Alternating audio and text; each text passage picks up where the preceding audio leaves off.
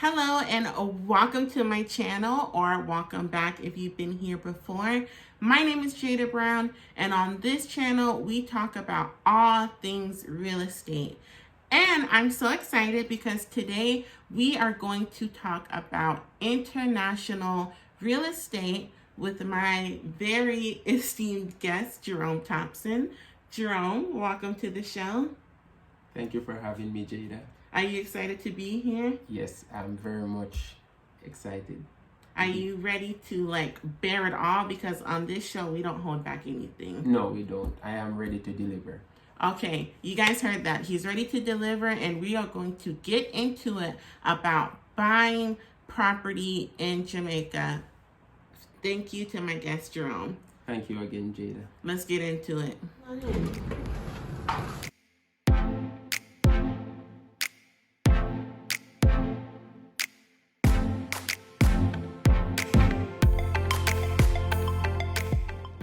I'm Jada Brown, and today I'm going to teach you about real estate. So as the intro said, in today's video, we are talking about buying property or buying land in the beautiful country of Jamaica, located in the Caribbean, right? And we have Jerome Thompson here, who has done exactly that, and he is going to talk about the process as well as some of the challenges that he's had along his journey of buying real estate in Jamaica, right? So if you are looking to buy a second home, a vacation home, you're a returning resident, or maybe you are a remote worker who is looking for somewhere that you can live that is just beautiful and you're ready to escape the rat race, Jamaica's for you, and we're going to talk about it in today's video. I know I had all this talking. I didn't even have the opportunity to ask you, how are you today? I'm doing great. How are you?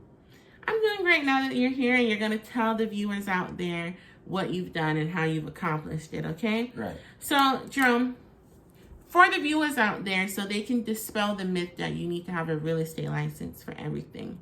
Yes. Is your educational background in real estate? No. I currently hold a Bachelor's of Science degree. Okay. In agricultural education. Okay. I attained that degree at CASE, College of Agriculture, Science and Education. Nice. Right? Okay, so you do not have a real estate license. No, I do not. You didn't go to school for real estate? No. Okay, perfect. So what made you, as an agricultural background, what made you want to buy real estate?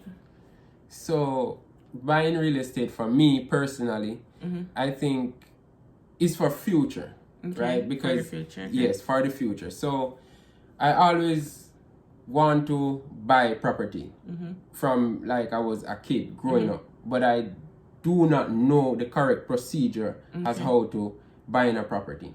So after I graduated from college, I said that, I should buy a car. And I was like, it was going to worth it, yes or no. I was going through wondering if it's going to work out for me. Weighing the pros and the cons. Yes. Right, okay. So I was at work one day and I was thinking heavily on buying a car, right? And then suddenly I stopped to ask myself, can I live in a car? Really? Right. No, you can't. Well, you can, but does that make sense? No. Do you realistically want to live in your car? Right. So you were at work and you just graduated from college. So you did 4 years, right? Yes. 4 years to get that undergraduate degree. And now you're like, okay, time to get started in the world, right? Yes. What am I going to do? Car or buying a piece of land? And you decided, you know what, Jerome, the best thing to do is buy the land for my future generations. Yes. Because they don't make it anymore, right? Yes. Yes. Okay. So you've come up with the conclusion, you're working, you want to buy a land. Right. Walk us through your journey of start to finish to you don't know anything really about real estate, now you're a landowner. Walk us quickly through that. First thing I must say, I have been through a lot of challenges in becoming a landowner. Knowing totally nothing about real estate. Thank you for saying that. Right? And first I thought about buying a house. Okay. Right? Because buying a house, it gives me access easily to live somewhere. Right. Right. Instead of buying land where you have to build it up to suit. Okay. Yes. So you wanted to buy a house. Did you find a house that you liked? Yes, I did. I did find a house that I liked, but the house was in a deplorable condition. Okay. So I was looking to renovate, right? So I had this friend. Well, my co-worker. Okay. All right. And he introduced me to one of his cousin's property. All right. Right. How much was the house listed for? The house was listed for 13 million Jamaican dollars. Yes. Okay. Right. And I reached out to the seller, right? Okay. That I am interested in this property. So after telling the seller that I wanted this property, but I had to negotiate with him. So how much were you able to negotiate it from 13 million down to 7 million? All right. So that's $6 million, right? Yes. You negotiated down to another additional $6 million from 13 to 7 million. Right. All right. So now it's time okay, yes, you being new to real estate, you're like, yes, I found a house. It's in bad condition. I could fix it up. I was able to negotiate $6 million. That's a lot of money. Yes. That's a lot of money to negotiate your first time, right? So you're ready, you're primed up, you're ready to go. So now it's time to have the evaluator come out and say, yes, this house is worth it, right? Yes. What happened when that happened? And I must clear this. In buying a property, the first thing that you want to do is to get an evaluation done. Okay. That's the first thing you must do. All right. So after getting the evaluator to come to the property, right, she was saying, I should not invest in this property. Because of the condition. Because of the deplorable condition. There was no electricity. There was no running water. It was deplorable. So she told you from the beginning? Yes, she told me from the get-go, this is not a viable option to invest in. So then you had to move on. And now you're probably feeling frustrated or knocked off your feet because you were able to negotiate $6 million. Yes. So that is a lot of money. Yes, it is. To negotiate your first time. So you're probably feeling frustrated now. So I'm sure I know you didn't stop. So tell me about the second property that you went to. All right. So the second property, I got a realtor at the time. Okay. And Team realtor. Yeah. So I got a realtor and she pointed me to the property. Right? And this was land, right? Yes. Okay. It was located in Knockpatrick, Manchester. Okay. So I contacted the evaluator, right? And she came to the property, evaluate the property. Remember, I do not know nothing about buying property. I don't have someone or a dad coaching me on buying property. Okay, so everything you're doing is just DIY, do it yourself. Yes. So the property was listed for how much? Initially, the property was listed for $4 million. Okay. And how much were you able to negotiate to? I negotiated the property down to 3.8 million. All right. So now you have contacted your evaluator. They came out. What did she say? Hopefully it's good news. Yes. It was some good news at the time. Knowing nothing about buying property, it was good news. So what I did, the realtor sent me documents to sign up. Right? She sent me an offer form, right? Saying how much I can buy this property for and everything that comes with it, right? So I did the paperwork, signed, sent back to the realtor, right? She contacted the seller, which was living overseas, and they said they are willing to accept the offer to 3.8 million. All right, so time to call the evaluator. Yes. Okay, so what did the evaluator say? So you negotiated it from 4 to 3.8. The seller overseas said, well, okay, that's close enough. We'll accept it. Now it's time to move forward. Yes. What happened? So I did the evaluation. I did a survey of the property. Okay. Remember, these are not free. Okay. You may think that these are free. I contacted the evaluator, right? I did the evaluation, I did the survey report, and as I said, these are not free. Those costs were all on me, right? So I did all that. I sent the money to my attorney, and this was like $500,000, right?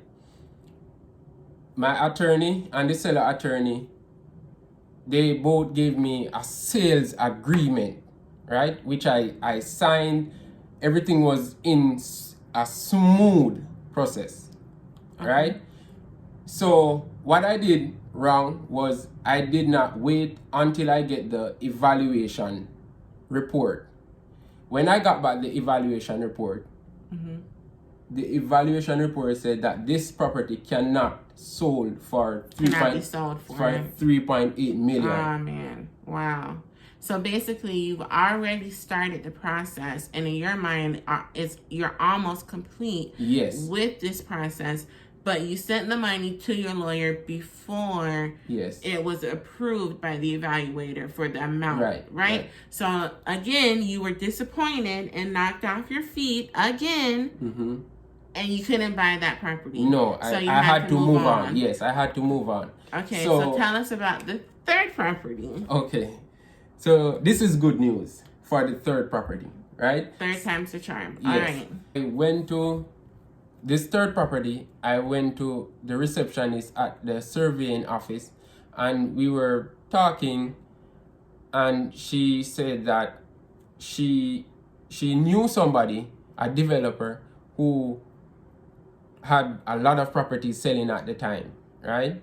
And I was so intrigued that she take me to the property that same very evening, right? I went there, I fell in love with the property. Okay, nice. Yes, and you were ready to move forward. I was ready. And so tell us about what happened when you decided that you were ready. You spoke, did they accept your offer? I spoke to my broker, and I sent in back some offer form. Then the developer accepted it? Yes. Nice. So, but initially, I must say that this property that I have owned, it was at a selling price for $3.5 million. All right. Right? And what did you negotiate it to? I did not even negotiate. So after I met the developer, he was basically saying, "Wow, such a young guy like you buying property? I thought you were looking to buy a car." And I said, "No, I'm thinking about the future." And he was saying, "Okay, cool." We went to the property, and he was saying, "From the look of things, you are a very good young man, and I'm going to give you this property for $3.3 million. And I was like, wow. Nice. Yes. So, and even just to say that is a testament to the fact that real estate is a people business. Like, yeah, you're buying land, you're buying property, but it's always about who you know, how you can talk to people because they remember you. Yes. So that is important, that this guy was so impressed by your mannerism as a young guy trying, instead of trying to buy a car and be hype or whatever. Yes. He said, all right, you're trying to do something positive. Take off some money just because of that. Yes. All right. So everything's going good. When the evaluation came back, was it good? Yes, it was good. The evaluation report was good. The surveying report was good.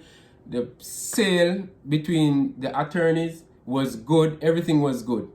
And now I am officially a landowner. Yay! Yes, I am officially a landowner. So as you can see, guys, it took the third time to be the charm in order for Jerome to buy that property, right? And it was trials and tribulations. And if you are out there and you're in this process and you're going through all the legal steps that you have to in the financing and all that stuff, and you want a more in-depth video about buying land in Jamaica, please let us know in the comment section, and we'll do a more extensive video if that is what you want. All right, everybody, if you enjoyed this video, then you need to subscribe to my channel, because on this channel we drop a lot of gems about real estate. And as you can see, it's not just real estate in America, it's all over. So we're talking about the real estate industry, we're talking about property management and how you can excel. So if you're enjoying the content of this video, make sure that you subscribe, like, comment on the video, and also share the video as well. Share the video. If you know anyone who's going through the process of saying like, hey, I want to buy some land in Jamaica, I don't know where to start, send them this video, because we're exposing it all. Okay, Jerome, so tell us, how did you finance this property? Did you pay all cash? Did you have a private lender? Did you go through the bank? Tell us about the financing. Okay, so I have financed this property by doing a joint financing, right? I went through NHT, the National Housing Trust, and VMBS, Victoria Mutual Building Society. Okay, so Victoria Mutual Building Society is a commercial bank, one of the major commercial banks in Jamaica that you can do a mortgage application with. Yes. And NHT, as he said, is the National Housing Trust. Yes. So basically, if you work for the public or private sector in Jamaica, they take out funds out of your check every month. Yes. And then you can go to them when you want a mortgage, and you can apply for a mortgage through NHT. So you did joint financing, mix it together, boom, here you are, landowner, you have the property.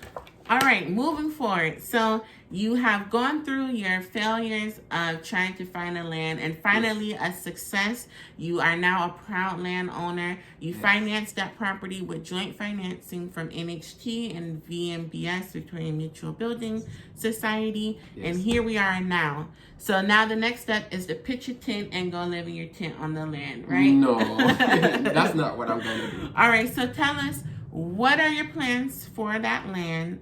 And tell us the plans. So my plans are, I'm trying to build a contemporary style house. Okay. Two-story, 2-car garage, a media room, an office, and a deck. So here we are now, guys. We have heard all about the trials and tribulations that Mr. Thompson has gone through in order to become this land owner and realize his dreams. We've heard about the financing between NHT and VMBS, right? And here we are now. You're ready to live there, but there's no house. So are you going to pitch a tent or live? No. Put a blanket down and look at the stars? No. Like, what is your plans now? So I want to build a dream house. All right. Right? A contemporary style house. Okay. 4-bedroom. All right. A media room. I think it's 3 bathrooms. Okay. An office. Mm-hmm. A rooftop entertainment deck. All right. And he's being way too humble, because I'm sitting here like I don't know this already. He already had the plans drawn up by a draftsman. And if you all don't know, let's run through the process really fast of building a house in Jamaica, because we may be talking about this and you guys may not even know the process of building a house there. Yes. So we're going to go through it really fast. The first thing is that you need to find the land, or have some land that was given to you, right? You need to own some land. Then the next thing is you need to do the financing. Once you own the land, you're making your payments or you own it outright, then you need to find a draftsman or an architect that is going to do the building plan of your home. You and that person will coordinate. You will tell them what you want, what you desire. Like he said, I want a contemporary, I want a media room, I want an office room. And they will do that floor plan for you, as well as take it to the parish council the relevant parish council for where your home is located. The parish council will now look over that building plan as well as send it to the relevant agencies to ensure that it falls along with their specifications. Once that is approved, then within 6 months, you have to start building on that land, right? Yes. And so you can take your building plan to a contractor who is going to give you the price that it will cost and the time that it will take you to build your home. And you can also take that building plan to a quantity surveyor, which basically outlined how many construction materials they're going to need to build this house. So you can have a general idea of how much money that you'll be spending and how much material that you would need to build your home. Yes. I hope that helps somebody out there, but that is a general outline of what it takes to build a house, as well as, you can get your construction loan or build it in pieces of whichever way that it works for you. But that is a general outline of how it works to build a house in Jamaica. So Jerome has already gone through the process of finding his architect, having those conversations with your architect. And you know what I'm going to do? We're going to put, if it's okay with you, we're going to put the building plan in the background of this video so you guys can see how detailed a building plan is. It's not just a floor plan like when you go to apartment communities and you say, okay, here's the bathroom, here's this. No, it's everything. Yes, it is. It's a lot, right? So my question to you, Jerome, is how long did it take you and that architect to come up with the specifications of your home?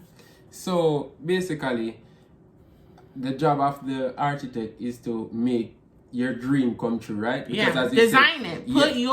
Put your dream on paper. Yes.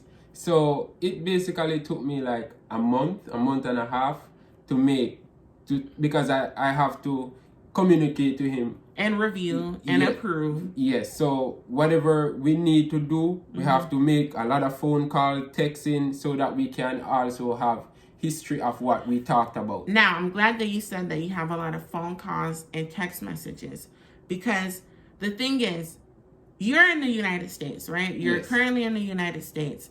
You're building a home in Jamaica. Yes. Right? So you have a lot of Jamaicans overseas who want to return home and build their house, or people, foreigners. Yes. Like me, for instance, I say, okay, I want to build my house in Jamaica. I don't know anybody. There have been talks about returning residents being scammed. Yes. Because they're either sending their money to build that house to their family members or their friends who are taking the money and not building, or they're sending it to shady contractors who are not furnishing the work. Have you experienced a shady contractor? Don't throw out your family or anything. No. But have you experienced a shady contractor, you sending them the money and no work is being done? Yes, I have experienced a shady contractor. I was there in Jamaica. We talked about everything, putting the dream to reality. When I came to the United States, I was noticing like he was not being confident in what he's saying, right? He was basically questioning. And he was beating around the bush, basically. Okay. Right? And he trust me, he got the work done. He did. But at some point when I'm asking him for information, he is not giving me any information, any details at all regarding my plan. So, did you fire him? Yes. Okay. I did. I had to. Because you were waiting on the work and it was not getting done to yes, your standard. because one, he has passed many due dates. Okay. We have communicated like maybe 5 or 6 due dates, and he has not met those due dates. Yes. Okay. So you fired him. Yes, I did. So, but you paid him. Yes, I did pay him some money. And did you get your money back? Well, no, I have not. And I am trying to, in the process of getting a lawsuit for him right now. So you're suing him? Yes, I'm suing him. And you're finding it, I'm sure, difficult as you're in the U.S. and he's in Jamaica. Yes, yes. So that is a word of testament to all of you out there.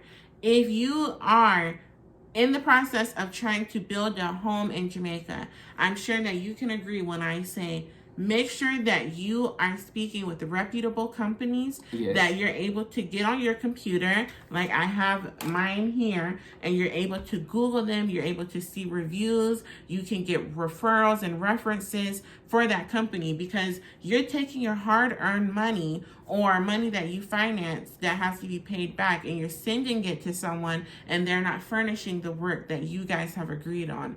So it's important that when you're making these agreements, you have facts about this company, that you can look them up and you can see who they are, their work that they've done. See their credentials. And you have to do a lot of background checks, right? Because these Jamaicans, they will say, yes, I'm doing your work. I'm ensuring when they are doing your work, you're getting videos, you're getting pictures, all evidence. They're meeting the due dates that was specified in your agreement. Yes. Because, and it's not just because you say, all right, I gave them the money, they're going to do the work. No, make sure that you're like he's saying, he's going through a lawsuit now. He's finding it difficult to get his money because we're in a whole different country. Yes. So my next question is, did you find a better architect? Yes, I did. All right. I did. All right. Good for you. High five. Wow. Thank you so much, Jerome,